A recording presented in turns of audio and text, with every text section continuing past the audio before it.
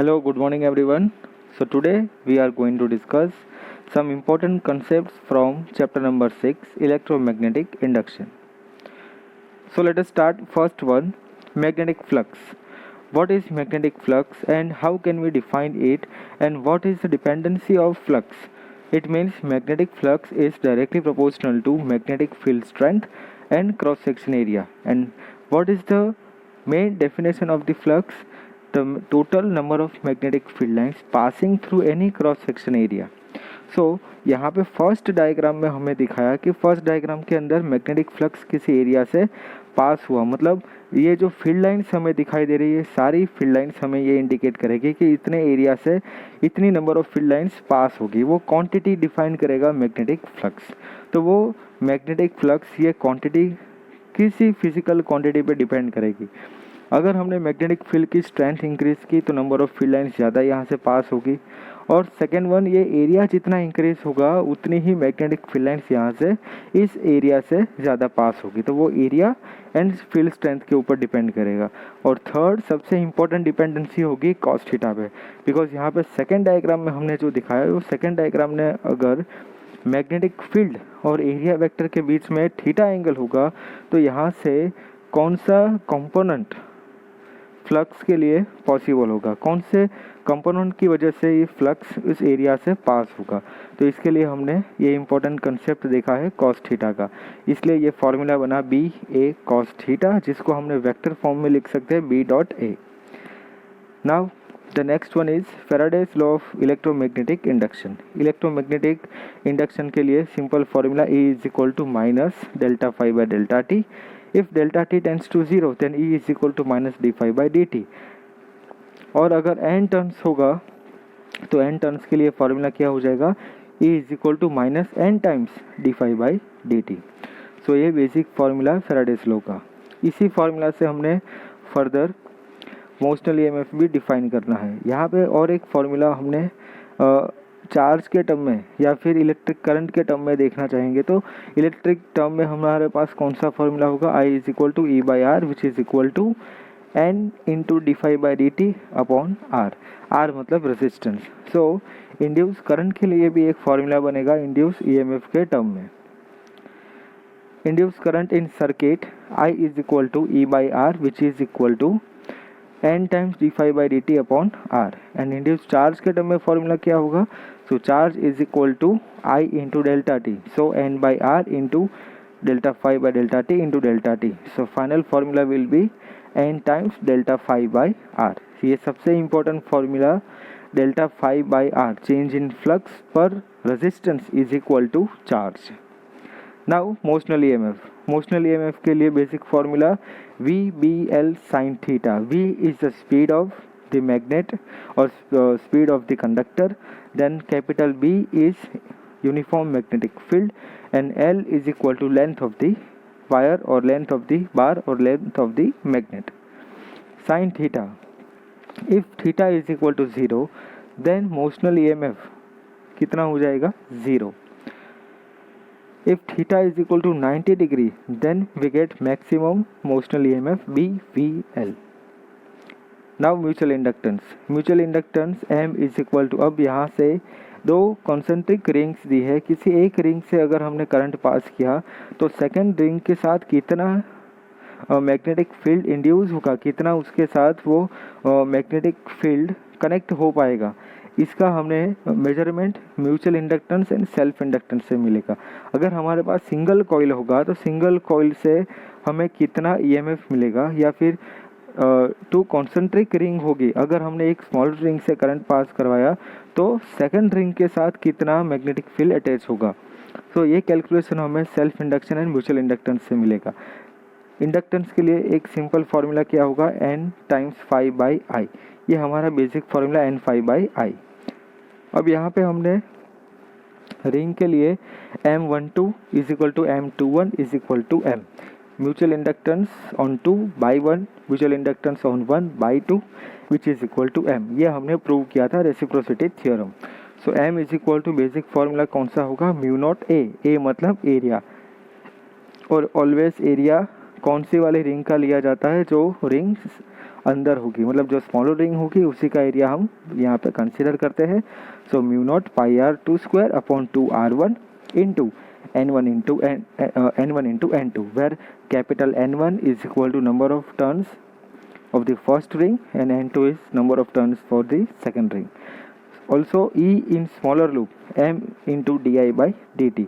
यहाँ पे ये कंडीशन ऑलवेज याद रखनी है, R2 is very less than R1.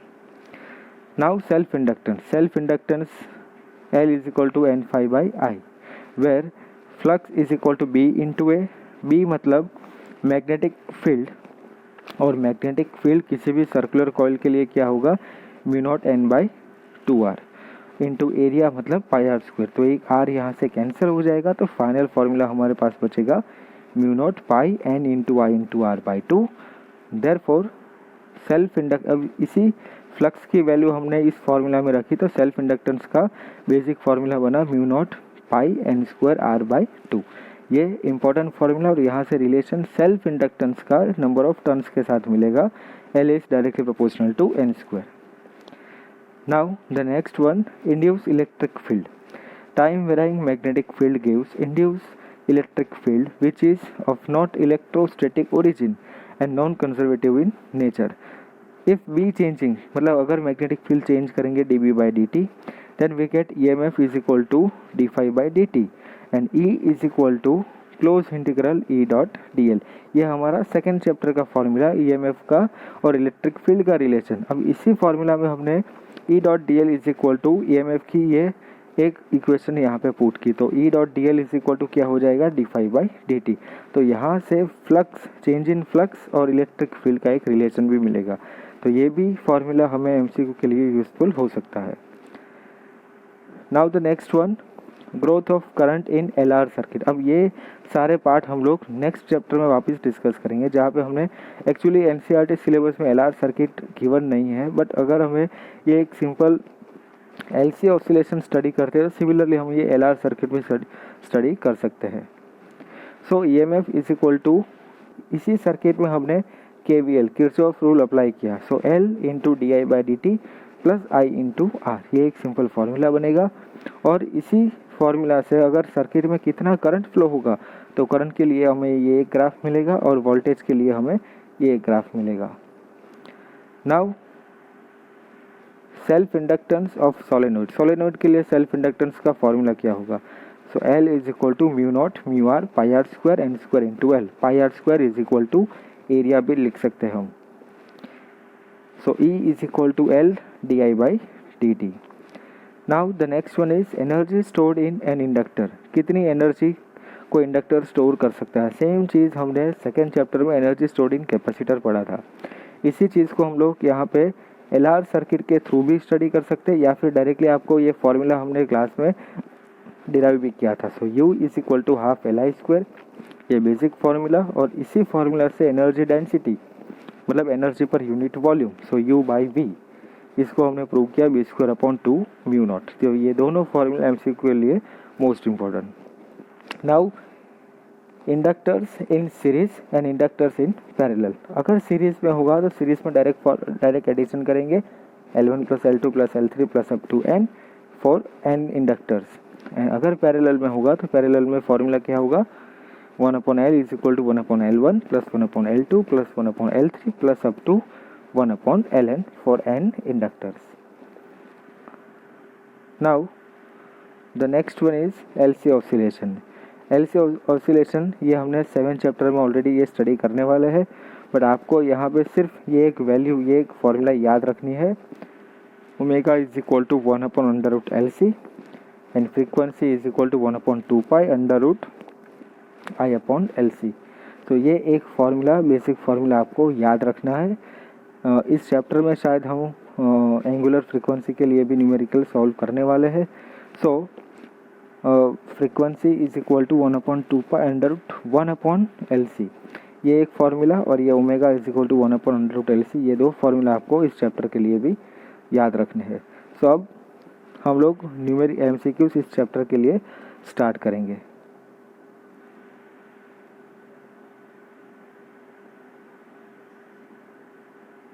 MCQ number 1, an inductor may store energy in in terms of magnetic field. अब जब भी इंडक्टर की बात करेंगे तो वो इंडक्टर के लिए एनर्जी स्टोर होगी मैग्नेटिक फील्ड के टर्म में, और अगर हमें कैपेसिटर पूछा जाएगा तो कैपेसिटर के लिए एनर्जी स्टोर होगी इलेक्ट्रिक फील्ड के टर्म में। तो ये दोनों अलग अलग डिवाइसेस के लिए आपको ये दोनों अलग अलग टर्म याद रखने हैं। सो फर्स्ट MCQ जिसके लिए आंसर होगा option C, magnetic field. MCQ number 2, the current in self inductance L is equal to 40 millihenry is to be increased uniformly from 1 ampere to 11 ampere in 4 millisecond. The EMF induced in inductor during process is dash. अब इस MCQ के अंदर हमें inductance की value given है, इसके साथ हमने चेंज इन करंट मतलब करंट की वैल्यू इनिशियली थी 1 एम्पियर और इसके बाद करंट चेंज होकर हमने किया है 11 एम्पियर। इस करंट चेंजिंग के लिए हमने टाइम लिया है 4 मिलीसेकेंड। तब हमें पूछा इस इंडक्टर के लिए इंड्यूस EMF कितना होगा। सो यहाँ पे change in current, time and inductance तीनों वैल्यू गिवन है। सो हमारे पास इंड्यूस EMF का बेसिक फार्मूला है E is equal to LdI/dt। यहाँ पे मैग्नीट्यूड कैलकुलेट करने वाले हम लोग तो इसलिए हमने ये मॉड्यूलस में लिया है E is equal to LdI/dt। Now L is equal to 40 milli henry, so 40 into 10⁻³ into di/dt, change in current with respect to time. So 11 ampere minus 1 ampere upon time 4 into 10⁻³ 4 millisecond. So the final answer will be 100 volt. So option A is the correct answer.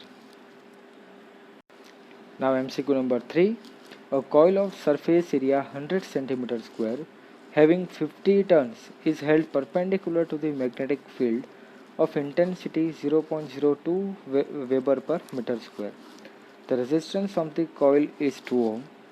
If it is removed from the magnetic field in 1 second, the induced charge in the coil will be dash. अब इस question में हमें induce charge पूछा है और second hint रहेगी resistance. यहाँ से इस दोनों चीज़ से, इस दोनों क्वांटिटी से हमें डायरेक्ट क्लिक होना चाहिए कि यहाँ पे फ्लक्स का फॉर्मूला चार्ज के टर्म में हमें पूछा है। तो फ्लक्स का फॉर्मूला चार्ज के टर्म में क्या हो जाएगा, charge is equal to n times flux change in flux per resistance. तो ये हमारा बेसिक फार्मूला, और यहाँ से flux is equal to B into A, B A cos theta, और यहाँ पे हमने area vector and magnetic field के बीच में एंगल क्रिएट होगा 0 degree. So cos 0 is equal to 1 directly substitute किया।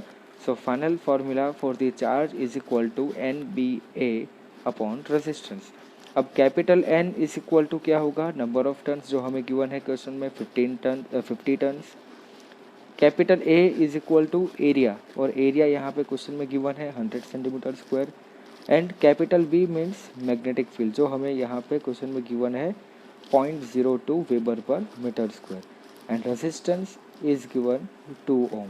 सो सारी वैल्यू हमें इस MCQ के लिए गिवन है। इस फार्मूला के लिए, इस फार्मूला में सारी वैल्यूज हम सब्स्टिट्यूट करेंगे तो फाइनल आंसर होगा हमारा 0.005 coulomb. It means 5 milli coulomb. हमें ऑप्शन में चेक करना है ये कौन सा ऑप्शन होगा, तो ये option number D is the correct answer, 0.005 coulomb. Now MCQ number 4, a thin circular ring of area capital A is held perpendicular to a uniform field of induction capital B. A small cut is made in the ring and a galvanometer is connected across the ends such that the total resistance of the circuit is R.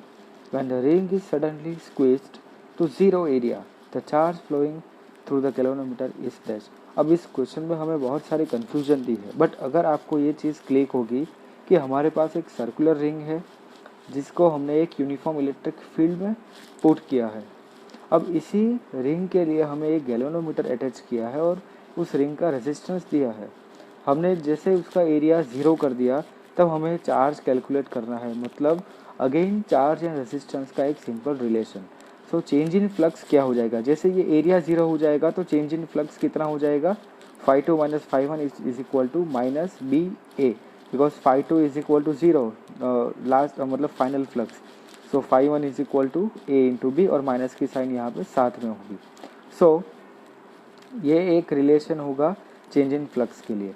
अब Faraday's law हमें पता है E is equal to minus dφ/dt। इसी formula में अगर हमने minus A into B मतलब change in flux की वैल्यू रखी तो minus AB upon delta T, और EMF is equal to I into are.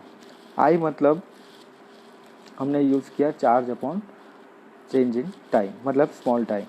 So I is equal to Q by delta T into resistance which is equal to A B upon delta T. So final formula will be charge is equal to A B by R. अगर ये पूरा calculation नहीं भी करना है तो आपको इस क्वेश्चन को रीड करेंगे आप, तब आप चार्ज, रेजिस्टेंस, ये सारे टर्म देखेंगे तो हमें डायरेक्ट फार्मूला भी पता होगा। Change in flux per resistance, change in flux को हमने सिर्फ ए इंटू बी क्यों लिखा, बिकॉज फाइनली ये पूरी कॉइल स्क्वीज होकर जीरो एरिया बनाएगी तो फाइनल फ्लक्स जीरो हो जाएगा, इसलिए फ्लक्स अपॉन रेजिस्टेंस ये हमारा फाइनल फार्मूला रहेगा। So this one is MCQ number 4 and the next one is MCQ number 5. Now MCQ number 5.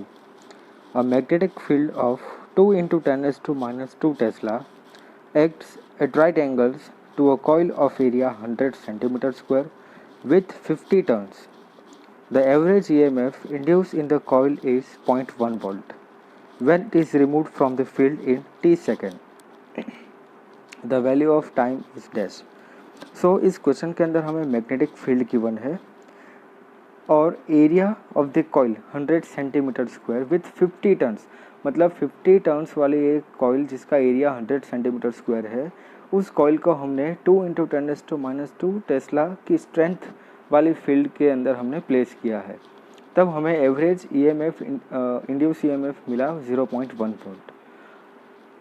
When it is removed from the field, जब हम उस field से इस कॉइल को रिमूव करेंगे t सेकेंड में, तो हमें वो t सेकेंड फाइंड आउट करना है। मतलब हमने इनिशियली एक कॉइल को एक मैग्नेटिक फील्ड के अंदर प्लेस किया है, उसी फील्ड से जब हम उसको रिमूव करेंगे, मतलब change in field, change in flux, अगर चेंज इन फ्लक्स होगा तो हमें इंड्यूस EMF मिलेगा। तो ये EMI का बेसिक कंसेप्ट यहाँ पे यूज़ करेंगे हम। अगर इनिशियली कोई कॉइल किसी फील्ड में प्लेस की गई है और इसी कॉइल को हम फील्ड से रिमूव करेंगे तो हमें चेंज इन फ्लक्स मिलेगा, और चेंज इन फ्लक्स मतलब हमें EMF मिलेगा। और इसी EMF के टर्म के लिए हमने पूछा है कि अगर t सेकेंड में हमने कॉइल को रिमूव किया तो वो t सेकेंड, t टाइम हमें कैलकुलेट करना है। सो फ्लक्स के लिए basic formula phi is equal to NBA which is equal to 10⁻² weber. Now induce EMF is equal to d∅/dt, मतलब चेंज इन फ्लक्स हमें पता है, इंड्यूस EMF की वैल्यू पता है, तो हमें स्मॉल टाइम dt की वैल्यू यहाँ से मिलेगी। dt is equal to d∅ induce EMF which is equal to 10⁻² second, और we can say 0.1 second. Now MCQ number 6. A 100 millihenry coil carries a current of 1 ampere. What is energy stored in its magnetic field? अब यहाँ पे energy stored in inductor का formula हम use करेंगे, because we have given 1 ampere current and inductance of the coil is given 100 millihenry. So direct formula use करेंगे, the energy stored in coil is equal to half LI²। L is given and capital I means current is also given. So 1/2 into 100 into 10⁻³ because 100 milli henry, मतलब milli मतलब 10⁻³ into capital I means 1 ampere current. So final formula जब हम ये final सारे values substitute करेंगे तब हमारा final answer होगा 0.05 joule. Now MCQ number 7. If the number of turns per unit length of a coil of solenoid is doubled, the self inductance of the solenoid will be dash. अब इस question के अंदर हमें self inductance of this solenoid का एक formula use करेंगे, जिसके अंदर हमें पूछा है number of turns per unit length of a coil of solenoid is double. मतलब इनिशियल जो number of turns per unit length मतलब स्मॉल n जो गिवन था, उससे सेकेंड टाइम सोलेनॉइड की number of turns per unit length हमने double कर ली, तब उस कंडीशन में new self inductance of the coil कितना होगा, मतलब सेल्फ इंडक्टेंस कॉइल के लिए चेंज होगा या नहीं होगा। So self inductance of a solenoid is given μn²a। Here mu and A remains the same, ये कांस्टेंट वैल्यू होगी। So L is directly proportional to n², small n² means number of turns per unit length. So L2/L1 is equal to N2/N1 whole square. n2 is double the initial n1, so 2n1 upon n1, n1 cancel हो जाएगा, so finally 2 square, it means 4 times. So L2 is equal to 4 times L1. मतलब self inductance of the solenoid will be 4 times, become 4 times than initial inductance. So correct option is option D, becomes 4 times. Now MCQ number 8. A rectangular coil of 20 turns and area of cross section 25 cm square has a resistance of 100 ohm. If a magnetic field which is perpendicular to the plane of coil changes at a rate of 1000 tesla per second, मतलब यहाँ पे हमें change in magnetic field per second given है, then what is the current in the coil. Coil के अंदर कितना current flow होगा, वो करंट की वैल्यू हमें कैलकुलेट करनी है. रेक्टेंगुलर कॉइल के लिए नंबर ऑफ टर्न्स गिवन है 20 turns, cross section area given है 25 centimetre square and resistance of the coil is given 100 ohm. If a magnetic field which is perpendicular to the plane of coil changes at a rate. अब इस magnetic field को अगर हम change करेंगे तो EMF induce होगा, तो उसी कंडीशन में हमें ईएमएफ का फॉर्मूला यूज़ करेंगे और उसी ईएमएफ के फॉर्मूला से हम E is equal to I R, ohm's law use करेंगे तो हमें करंट की वैल्यू मिलेगी. सो बेसिक कंसेप्ट हमारा कौन सा होगा, EMI, electromagnetic induction. So first one, induce EMF E is equal to n times d∅dt. Now change in flux मतलब B into A, area into magnetic field. So E is equal to n d/dt A into B. Area of the coil is constant and dB/dt मतलब change in magnetic field per second, ये हमें यहाँ पे given है. So dB/dt is given as 1000 tesla per second. Capital A is given area cross section area of the coil and capital N is given as 20 turns. Now E is equal to IR. अगर ohm's law यहाँ पे apply करेंगे, so according to ohm's law E is equal to IR and NA dB/dt, right hand side वाला term as it is. तो यहाँ से अगर हम करंट I को सब्जेक्ट बनाएंगे तो I is equal to NA dB/dt upon R.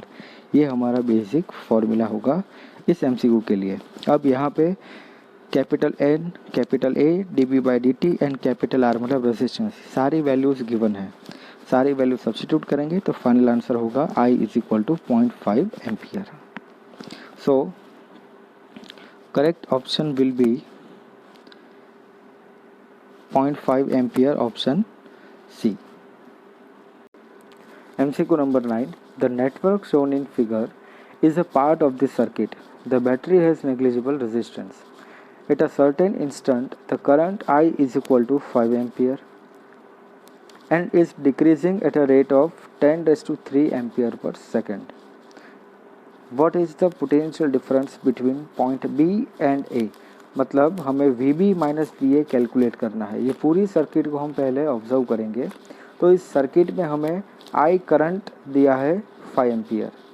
ये करंट की वैल्यू चेंज होगी, मतलब डिक्रीज होगा करंट. उसके लिए हमें rate of change of current given है 10 raise to 3 ampere per second, मतलब 1 सेकेंड में 10 रेज़ टू 3 एम्पियर जितना करंट डिक्रीज होगा. ये हमने एक रेट गिवन है. अब इस सर्किट में हमें B एंड A पॉइंट के बीच में पोटेंशियल डिफरेंस कैलकुलेट करना है.